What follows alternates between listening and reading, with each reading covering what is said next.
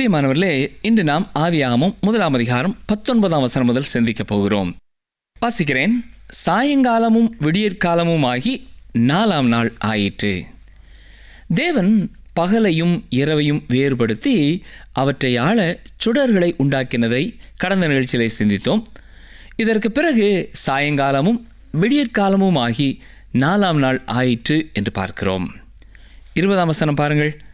பின்பு தேவன் நீந்தும் ஜீவ ஜந்துக்களையும் பூமியின் மேல் வானம் என்கிற ஆகாய விரிவிலே பறக்கும் பறவைகளையும் ஜலமானது திரளாய் ஜனிப்பிக்க கடவது என்றார்.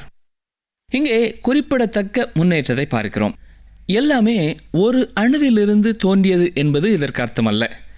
தேவன் ஒவ்வொரு வகை உயிரினங்களையும் தனித்தனியாக படைத்தார்.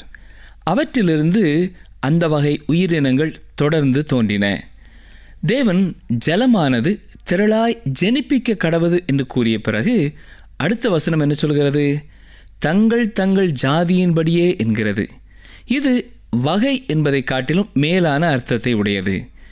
தங்கள் தங்கள் ஜாதியின்படியே என்பதற்கான அர்த்தத்தை பார்க்கும் பொழுது ஒரு குழுவிற்குள்ளிருந்து வரும் நேரடியான மரபு வழி வருகையாய் இருக்கிறது. உதாரணமாக, இது ஒரு குதிரையை மட்டும் குறிக்காமல் குதிரை குடும்பத்தில் உள்ள ஒவ்வொரு மிருகத்தையும் குறிக்கிறதா இருக்கிறது. தேவன் இது போன்ற ஒன்றை சிருஷ்டித்தார். பின்னர் அவை ஒவ்வொன்றிலிருந்தும் பெரிய உற்பத்தி நிகழ்ந்தது. முதலில் உற்பத்தி நிகழ்ந்தது, பின்னர் சீர்குலைவும் நிகழ்ந்தது. ஆதியாகமம் 1 அதிகாரம் 21 வசனத்திற்கு வாருங்கள். தேவன் மகா மச்சங்களையும் ஜலத்தில் தங்கள் தங்கள் ஜாதியின்படியே திரளாய் ஜனிப்பிக்கப்பட்ட சகலவித நீர்வாழும் ஜந்துக்களையும் சிறகுள்ள ஜாதி ஜாதியான சகலவித பட்சிகளையும் சிருஷ்டித்தார். தேவன் அது நல்லது என்று கண்டார். இங்கே தேவன் அது நல்லது என்று கண்டார் என்று வாசிக்கிறோம். தேவன் ஒன்றை செய்யும் பொழுது அது நலமானதாகவே இருக்கும். அருமையானவர்களே, உங்களுடைய வாழ்க்கையிலையும் கூட அவர் எதை செய்தாலும் அது நலமானதாகவே இருக்கும்.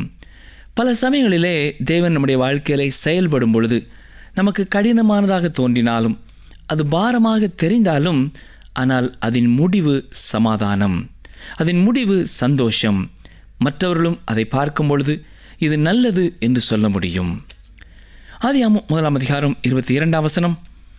தேவன் அவைகளை ஆசீர்வதித்து, நீங்கள் பலுகி பெருகி சமுத்திர ஜலத்தை நிரப்புங்கள் என்றும் பறவைகள் பூமியில் பெருக கடவது என்றும் சொன்னார். இந்த உயிரினங்களை எல்லாம் பலுகி பெருக வேண்டுமென்றே தேவன் சொல்கிறதை பார்க்கிறோம். மனித சமுதாயத்தை பார்த்தும் தேவன் இவ்வாறு தான் சொல்கிறார். அன்றைய காலகட்டத்திற்கு இது தேவையான கட்டளையே. ஆதியாகமம் 1 அதிகாரம் 23 முதல் 25 வசனங்களை பாருங்கள். சாயங்காலமும் விடியற்காலமுமாகி 5ஆம் நாள் ஆயிற்று. பின்பு தேவன் பூமியானது ஜாதி ஜாதியான ஜீவ ஜந்துக்களாகிய நாட்டு மிருகங்களையும் ஊரும் பிராணிகளையும் காட்டு மிருகங்களையும் ஜாதி ஜாதியாக பிறப்பிக்க கடவது என்றார். அது அப்படியே ஆயிற்று. தேவன் பூமியில் உள்ள ஜாதி ஜாதியான காட்டு மிருகங்களையும் ஜாதி ஜாதியான நாட்டு மிருகங்களையும் பூமியில் ஊரும் பிராணிகள் எல்லாவற்றையும் உண்டாக்கினார். தேவன் அது நல்லது என்று கண்டார். அதாவது வெவ்வேறு வகையான உயிரினங்கள். இப்பொழுது தேவன் மனித சமுதாயத்திலிருந்து தாவர வாழ்க்கையையும் விலங்குகளின் வாழ்க்கையையும் தனித்தனியாக பிரித்திருக்கிறதை பார்க்கிறோம். வசனம் 26. பின்பு தேவன் நமது சாயலாகவும் நமது ரூபத்தின்படியேயும் மனுஷனை உண்டாக்குவோமாக. அவர்கள் சமுத்திரத்தின் மச்சங்களையும் ஆகாயத்து பறவைகளையும் மிருக ஜீவன்களையும் பூமி அனைத்தையும் பூமியின் மேல் ஊறும் சகல பிராணிகளையும் ஆளக்கடவர்கள் என்றார். இந்த மனித படைப்பு உங்களுக்கு மிகவும் ஆர்வத்தை தூண்டுகிறதாக இருக்கக்கூடும். அந்த ஆதாமிலிருந்து தான் நாம் அத்தனை பேரும் வந்தவர்கள். எனவே ஆதாமை நமக்கு உறவினர் என்று நாம் தைரியமாக சொல்லலாம். இங்கே நமக்கு ஒரு கேள்வி எழும்பலாம். மனிதன் எவ்வாறு படைக்கப்பட்டான்? அடுத்து வரும் அதிகாரம் இதை குறித்த தெளிவான பதிலை கொடுக்கிறது. பூமியின் மேல் ஊறும் சகல பிராணிகளையும் ஆளக்கடவர்கள் என்று தேவன் சொல்கிறார். தேவன் மனிதனுக்கு பூமியின் மீது ஆளுகையை கொடுத்தார். இதற்காக ஆதாம் ஒரு மகிமையான தோட்டக்காரராக அந்த ஏதேன் தோட்டத்திற்கு கொடுக்கப்பட்டார் என்று அர்த்தமாகாது. ஆதாமிற்கு மிக அதிகமான அதிகாரம் கொடுக்கப்பட்டிருந்தது. இன்னும் சில வசனங்களுக்கு பிறகு இந்த சிருஷ்டிப்புகளுக்கு செய்யும்படி தேவன் ஆதாமிடம் கூறிய சில காரியங்களை பார்க்க இருக்கிறோம். சரி, ஆதியாகமம் 1 27 வசனம் பாருங்கள். தேவன் தம்முடைய சாயலாக மனுஷனை சிருஷ்டித்தார், அவனை தேவ சாயலாகவே சிருஷ்டித்தார், ஆணும் பெண்ணுமாக அவர்களை சிருஷ்டித்தார். இங்கே மனிதனுடைய படைப்பை பற்றி சுருக்கமாக கொடுக்கப்பட்டிருக்கிறதை பார்க்கிறோம். நாம் இங்கே 3வது முறையாக பாரா என்ற வார்த்தையை பார்க்கிறோம். அதாவது ஒன்றுமில்லாமையிலிருந்து உருவாக்குவது என்பது. இவ்வாறு மனிதன் படைக்கப்பட்டதை பார்க்கிறோம். அவன் முற்றிலும் புதிய ஒரு காரியம். ஆதியாகமம் 1 வசனத்திலே சொல்லப்பட்டிருக்கிற சிருஷ்டித்தார் என்ற வார்த்தைக்கு பயன்படுத்தப்பட்டிருக்கிற பாரா என்ற வார்த்தையே இங்கேயும் பயன்படுத்தப்பட்டிருக்கிறது. ஆதியிலே தேவன் வானத்தையும் பூமியையும் சிருஷ்டித்தார். அங்கே அவர் உலகத்தை படைக்கிறார். அடுத்ததாக 1:21 அவர் உயிரினங்களை சிருஷ்டிக்கிறார். சிறகுள்ள ஜாதி ஜாதியான சகலவித பட்சிகளையும் சிருஷ்டித்தார். இங்கே சிருஷ்டித்தார் என்பது பாரா என்ற வார்த்தை. இப்பொழுது தேவன் மனிதனை படைக்கிறார். எப்படி? தேவன் தம்முடைய சாயலாக மனுஷனை சிருஷ்டித்தார் என்று வசனம் சொல்லுகிறது. மனிதனை பற்றிய படைப்பின் வரலாற்றை நாம் அடுத்த அதிகாரத்திலே விளக்கமாக பார்க்க இருக்கிறோம். தேவன் அண்ட சராசரங்களின் படைப்பை பற்றியெல்லாம் விளக்கமாக சொல்லவில்லை என்பதை கவனியுங்கள். ஆதியிலே தேவன் வானத்தையும் பூமியும் சிருஷ்டித்தார். இவ்வளவு செய்தி மாத்திரமே நமக்கு கொடுக்கப்பட்டிருக்கிறது. இதை குறித்து நாம் இவ்வளவே அறிய முடிகிறது. அவரால் அநேக விளக்கங்களை நமக்கு இதை குறித்து தர முடியும். ஆனால் அவர் அதை கொடுக்கவில்லை. அவர் தன்னுடைய படைப்பிலே ஒன்றை மட்டும் குறித்து தான் விளக்கமாக தருகிறார். அதுதான் மனிதனுடைய சிருஷ்டிப்பு. ஏன் தெரியுமா? இந்த வேதம் மனிதனுக்காக எழுதப்பட்டிருக்கிறது. அவன் தன்னுடைய ஆரம்பத்தை, தன்னுடைய தோற்றத்தை அறிந்து கொள்ள வேண்டும் என்று தேவன் விரும்புகிறார். தேவன் மனிதனை பார்த்து இவ்வாறு கூறுவது போல இருக்கிறது. எப்படி? நான் உன்னுடைய படைப்பிலே விசேஷித்த கவனம் செலுத்தியிருக்கிறேன் என்பதை நீ அறிய வேண்டும் என்று விரும்புகிறேன். மேலும் இந்த அண்ட சராசரங்களின் படைப்பை பற்றி யூகங்கள் இருக்கக்கூடாது என்று விரும்புகிறேன் என்று அவர் சொல்லுவது போல தெரிகிறது. இந்த வசனம் நமக்கு சிறந்த ஒரு காரியத்தை தெரிவிக்கிறது. தேவன் தம்முடைய சாயலாக மனுஷனை சிருஷ்டித்தார். தேவனுடைய வார்த்தையிலே இது சிறந்த ஒரு வாக்கியமாகும். இதன் பொருள் என்ன தெரியுமா? அதாவது மனிதன் தேவனை போல இருக்கிறான். திருத்துவத்திலே இப்பொழுது சிலர் இவ்வாறு கூறலாம், நீங்கள் எதை சொல்ல வருகிறீர்கள் என்பதை நான் அறிவேன். மனிதன் சரீரம், சிந்தை, ஆவிக்குரிய காரியம் போன்ற 3ஐயும் உடையவனாக இருக்கிறான் என்று சொல்லக்கூடும். இது உண்மைதான். 1 தெசலோனிக்கர் 5:23 இவ்வாறு தான் சொல்லப்பட்டிருக்கிறது. சமாதானத்தின் தேவன் தாமே உங்களை முற்றிலும் பரிசுத்தமாக்குவாராக. உங்கள் ஆவி, ஆத்துமா, சரீரம் முழுவதும் நம்முடைய கர்த்தராகிய இயேசு கிறிஸ்து வரும்போது குற்றமற்றதாய் இருக்கும்படி காக்கப்படுவதாக என்கிறார். இது சத்தியம். இருந்த போதிலும் நாம் அடுத்த அதிகாரத்திற்கு வரும்பொழுது இதிலும் அதிகமான அர்த்தமுடையதாக இருக்கிறதை நாம் பார்க்க முடியும். மனிதன் ஒரு தனிப்பட்ட பண்புடையவனாக, சுய மனசாட்சியை உடையவனாக, சுய முடிவுகளை எடுக்கக்கூடியவனாக இருக்கிறான் என்ற சத்தியத்தை இது விளக்குகிறது. அவன் சுய சித்தம் உடையவனாக இருக்கிறான். மனித சமுதாயத்தின் விசேஷித்த காரியமும் இதுதான். தேவன் மனிதனை தன்னுடைய சாயலாக படைத்தார் என்பதற்கு இதுவே பொருளாகும். ஆணும் பெண்ணுமாக அவர்களை சிருஷ்டித்தார் என்று பார்க்கிறோம். இந்த வசனத்திலே எவ்வாறு ஆண் சிருஷ்டிக்கப்பட்டான் என்றும் எவ்வாறு பெண் சிருஷ்டிக்கப்பட்டாள் என்ற விளக்கமும் கொடுக்கப்படவில்லை. நாம் 2ஆம் அதிகாரத்திற்கு வரும் வரை அதை காண முடியாது. இந்த காரணத்திற்காகவே தேவன் இந்த அண்ட சராசரத்தின் படைப்பு பற்றிய விளக்கத்தை நமக்கு கொடுக்க விரும்பவில்லை என்று கூறுகிறேன். அப்படி இருந்திருந்தால் அவர் இந்த அதிகாரத்திலோ அடுத்த அதிகாரத்திலோ இதை குறித்து சொல்லியிருந்திருப்பார். ஆனால் அவர் சிருஷ்டிகர் என்பதை தவிர வேறு விளக்கத்தை அவர் நமக்கு தரவில்லை. நாம் எபிரேயர் 11:3 பார்க்கிற சத்தியத்திற்கு இது சரியாக நம்மை வழிநடத்துகிறது. வசனத்தை பாருங்கள். விசுவாசத்தினாலே நாம் உலகங்கள் தேவனுடைய வார்த்தையினால் உண்டாக்கப்பட்டதென்றும் இவ்விதமாய் காணப்படுகிறவைகள் தோன்றப்படுகிறவைகளால் உண்டாகவில்லை என்றும் அறிந்திருக்கிறோம் என்கிறார். நாம் இன்று காண்கிறவைகள் யாவுமே முன்பு இருந்ததில்லை. அப்படிப்பட்ட நிலைமையிலிருந்தே தேவன் எல்லாவற்றையும் உண்டாக்கினார். ஒன்றுமில்லாமையிலிருந்து தேவன் உருவாக்கினார். இதுதான் எக்ஸ் நிகிலோ என்பது, அதாவது சிருஷ்டிப்பு. ஒருவேளை இதை குறித்து எனக்கு விளக்கமாக சொல்லுங்கள் என்று கூறலாம். அருமையானவர்களே, விளக்க இயலாது என்பதே இதற்கு பதில். பரிணாம கொள்கையும் இதை விளக்க முடியாது. ஒன்றுமில்லாத நிலை எவ்வாறு இந்த நிலைமைக்கு மாறியது என்பதற்கு இந்த கொள்கையும் பதில் தருவதில்லை. இந்த கொள்கை ஒரு செல் உயிராகிய அமீபாவிலிருந்து ஆரம்பமாகிறது. ஆனால் அந்த ஒரு செல் உயிர் எவ்வாறு தோன்றியது என்பதற்கு பதில் இல்லை. அருமையானவர்களே, நம்முடைய மூளை ஆரம்பமாவதற்கு ஏதோ ஒன்று அவசியமானதாய் இருக்கிறது. ஆனால் வேதம் ஒன்றுமில்லாமையிலிருந்து ஆரம்பமாகிறது.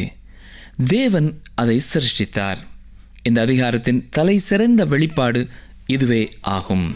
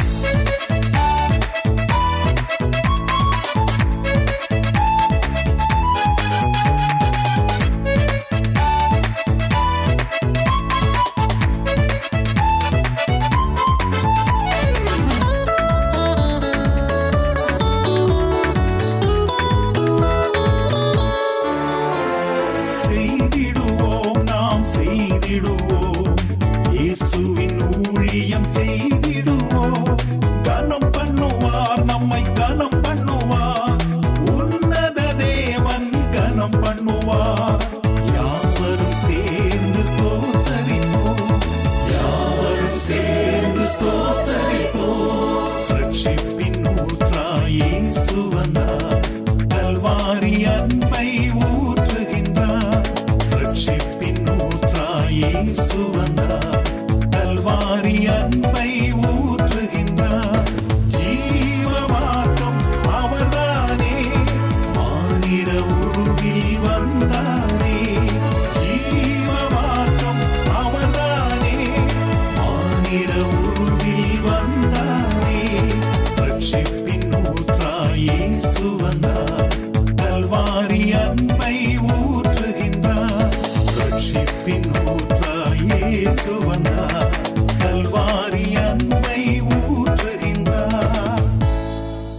ஆதியாகமம் 1:28 வாசிக்கிறேன்.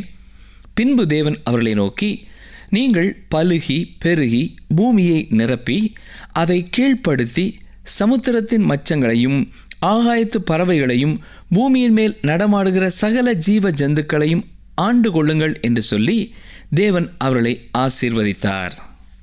இங்கே தேவன் வினோதமான காரியத்தை இந்த படைப்பிற்கு கொடுக்கிறதை பார்க்கிறோம். முதலாவது அவர் மனிதனை பார்த்து, நீங்கள் பலுகி பெருகி பூமியை நிரப்பி என்கிறார். மனிதன் இந்த உலகத்திற்குள் வருகிறதற்கு தேவன் 4 முறைகளை பயன்படுத்தியிருக்கிறார். முதலில் நேரடி படைப்பு, இப்படித்தான் ஆதாமை அவர் படைத்தார். இரண்டாவதாக மறைமுகமான படைப்பு, இப்படி ஏவாளை படைத்தார். மூன்றாவதாக கன்னியின் பிறப்பு, இவ்வாறு தான் இயேசு கிறிஸ்து மனித சமுதாயத்திற்குள்ளே வந்தார். நான்காவதாக இயற்கையான சந்ததி, இவ்வாறே இன்றைய மனித சமுதாயம் வளர்ந்து வருகிறது. இந்த இயற்கையான இனப்பெருக்கத்தை நாம் கீழாக மதிப்பிடக்கூடாது. தேவன் இந்த நோக்கத்தை உடையவராக இல்லை என்று அநேகர் சொல்கிறார்கள். மனிதன் பெருகி பூமியை நிரப்ப வேண்டும் என்று தேவன் கட்டளையாக சொல்லுகிறார். இது ஆச்சரியமான மகிமையான ஒரு உண்மை. தேவன் படைத்த உடல் உறவை சாதாரணமானதாக, அற்பமானதாக, இழிவானதாக எண்ணக்கூடாது. இன்று சிலர் கீழ்த்தரமான ஆபாசமான வகையிலே புத்தகங்களை எழுதிவிட்டு அதை கலை என்று அழைக்கிறார்கள்.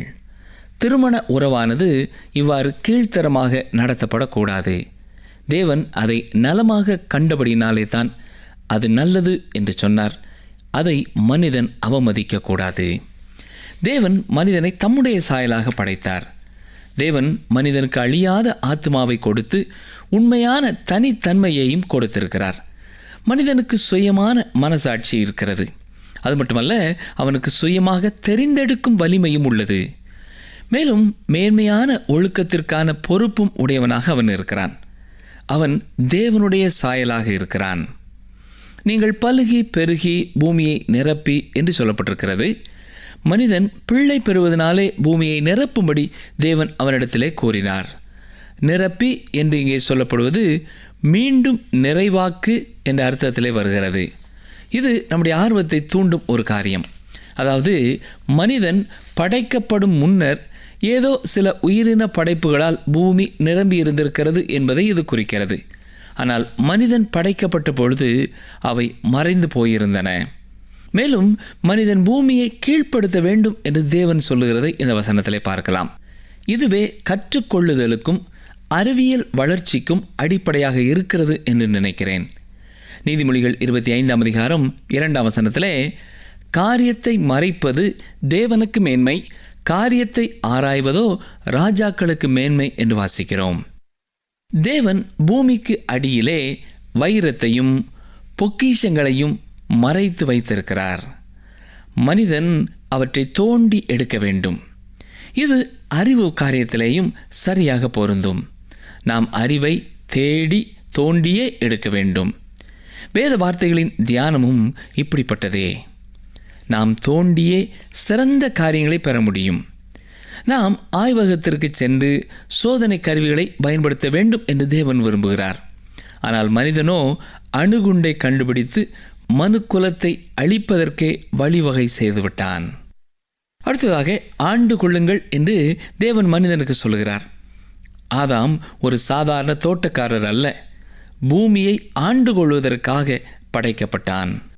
நாம் எவ்வாறு நம்முடைய அறையின் தட்ப வெப்ப நிலையை ஒரு மின்சார இயந்திரத்தை கொண்டு மாற்றி அமைக்கிறோமோ அதே போல ஆதாம் தட்ப வெப்ப நிலையை கூட மாற்றி அமைத்திருப்பான். அவன் இந்த பூமியை ஆண்டு கொண்டிருந்தான். நாம் இயேசு கிறிஸ்துவிலே இதையே பார்க்கிறோம். அவர் இந்த பூமியிலே இருக்கும் பொழுது இயற்கையை கட்டுப்படுத்தினார். அவர் சீரும் புயலை கண்டு இறையாதே அமைதலாயிரு என்று கூற முடிந்தது. அவர் திரளான ஜனங்களை 5 அப்பம் 2 மீன்களை கொண்டு போஷிக்க முடிந்தது. ஆதாம் வீழ்ச்சி உறுவதற்கு முன்பு வரை அவனாலும் இதை செய்திருக்க முடியும் என நான் கருதுகிறேன். அவன் வீழ்ச்சியுற்ற பிறகு தேவன் அவனுக்கு கொடுத்த ஆளுகையை இழந்து போனான். ஆதியாகமம் 1:29 பாருங்கள். பின்னும் தேவன், இதோ பூமியின் மேல் எங்கும் விதை தரும் சகலவித பூண்டுகளையும் விதை தரும் கனி மரங்களாகிய சகலவித விருட்சங்களையும் உங்களுக்கு கொடுத்தேன், அவைகள் உங்களுக்கு ஆகாரமாயிருக்க கடவது.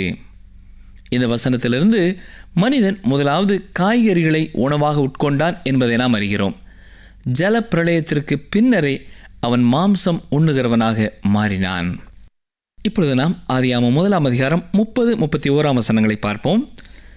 பூமியிலுள்ள சகல மிருக ஜீவன்களுக்கும் ஆகாயத்தில் உள்ள சகல பறவைகளுக்கும் பூமியின் மேல் ஊறும் பிராணிகள் எல்லாவற்றிற்கும் பசுமையான சகல பூண்டுகளையும் ஆகாரமாக கொடுத்தேன் என்றார்.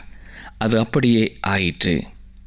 அப்பொழுது தேவன் தாம் உண்டாக்கின எல்லாவற்றையும் பார்த்தார். அது மிகவும் நன்றாயிருந்தது. சாயங்காலமும் விடியற்காலமும் ஆகி 6ஆம் நாள் ஆயிற்று. இந்த வார்த்தைகளோடு 1 அதிகாரம் நிறைவடைகிறது. இங்கே ஒரு காரியத்தை சிந்திக்க வேண்டியது அவசியம். இந்த அதிகாரத்திலே தேவன் என்ற வார்த்தை 32 முறை குறிக்கப்பட்டுள்ளது. தேவன் ஒருவர் இருக்கிறார் என்று நிரூபிக்க வேதம் ஒருபொழுதும் முயற்சிக்கவில்லை என்பதை கவனித்து பார்த்திருக்கிறீர்களா? ஏனென்றால் அவர் சொல்லுகிறார், சங்கீதம் 14:1 தேவன் இல்லை என்று மதிகெட்டவன் தன் இருதயத்தில் சொல்லிக் கொள்கிறான் என்கிறார். இந்த வேதமானது ஆவிக்குரிய பக்திக்குரிய மீட்பின் சத்தியத்தை வெளிப்படுத்த எழுதப்பட்டுள்ளது. இவை யாவுமே நாம் விசுவாசிக்கும் பொழுது மட்டுமே நமக்கு சொந்தமாக முடியும். ஆகவே தேவன் சிருஷ்டித்தவர் என்ற ஒரு சத்தியத்தை நாம் இங்கே பார்க்கிறோம். நாம் இந்த 1 அதிகாரத்திலே தேவனுடைய தனித்தன்மையையும் அவருடைய வல்லமையையும் ஐக்கியத்தையும் பார்க்கிறோம். ரோமர் 1 அதிகாரம் 20 வசனத்திலே பவுல் சொல்லுகிறது இதற்கு பொருத்தமானதாக இருக்கிறது. என்ன சொன்னார்? எப்படி என்றால், காணப்படாதவைகளாகிய அவருடைய நித்திய வல்லமை தேவத்துவம் என்பவைகள் உண்டாக்கப்பட்டிருக்கிறவைகளினாலே உலகம் உண்டானது முதற்கொண்டு தெளிவாய் காணப்படும் என்கிறார். சரி, எவ்வாறு தெளிவாய் காணப்படும்? உண்டாக்கப்பட்டிருக்கிறவைகளினாலே உலகம் உண்டானது முதற்கொண்டு தெளிவாய் காணப்படும். ஆதலால் அவர்கள் போக்கு சொல்ல இடமில்லை. இந்த அதிகாரத்திலே நாம் வேறு சில சத்தியங்களையும் கற்றுக்கொள்ள முடியும். முதலாவது, இது பல தெய்வ வழிபாட்டை மறுக்கிறது. அதாவது ஒரே தேவன் சிருஷ்டித்தார் என்று இந்த அதிகாரம் சொல்லுகிறது. இரண்டாவது, பொருட்களின் நித்திய தன்மையை இது மறுக்கிறது. நாம் வேதத்தின் துவக்கத்திலே ஆதியிலே என்று பார்க்கிறோம். அதாவது எல்லாவற்றின் துவக்கத்தையும் பார்க்கிறோம். மூன்றாவது, இது தேவன் எல்லாவற்றிற்கும் முன்பாக இருக்கிறார் என்றும் அவர் அவற்றிற்கு அப்பாற்பட்டவர் என்றும் சொல்லுகிறது. நான்காவதாக, இந்த அதிகாரம் நிகழ்ச்சிகள் மாற்ற இயலாதபடி முன்னரே நியமிக்கப்பட்டிருக்கிறது என்ற கோட்பாட்டினை மறுக்கிறது. தேவன் இங்கே தம்முடைய சித்தப்படி விடுதலையோடு செயல்படுகிறதை பார்க்கிறோம். இது போன்ற சிறந்த காரியங்களை இந்த அதிகாரத்திலே நாம் பார்த்தோம்.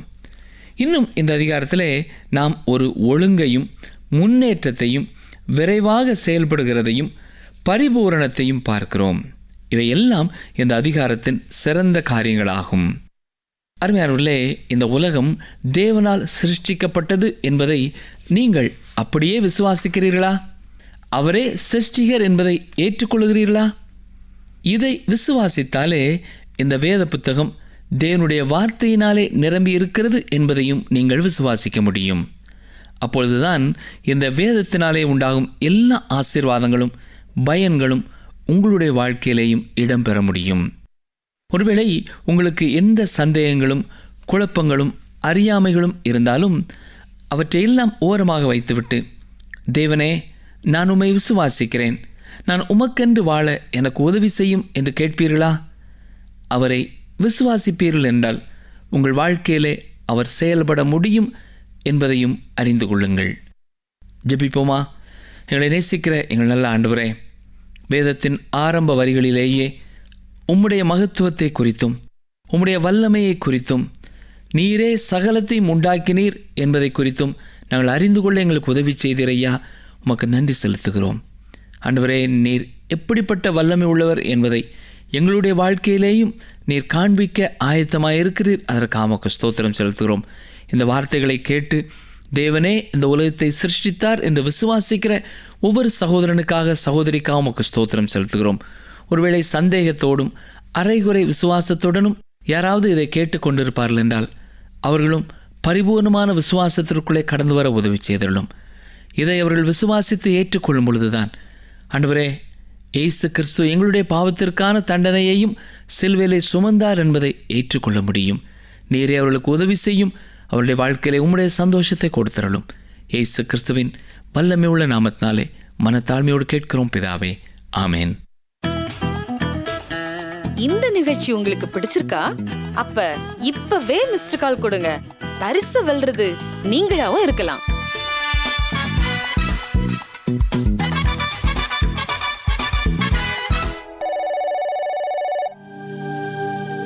தெய்வ வாக்கு.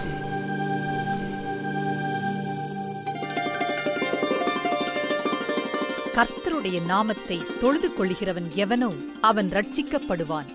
யோவேல் 2:32.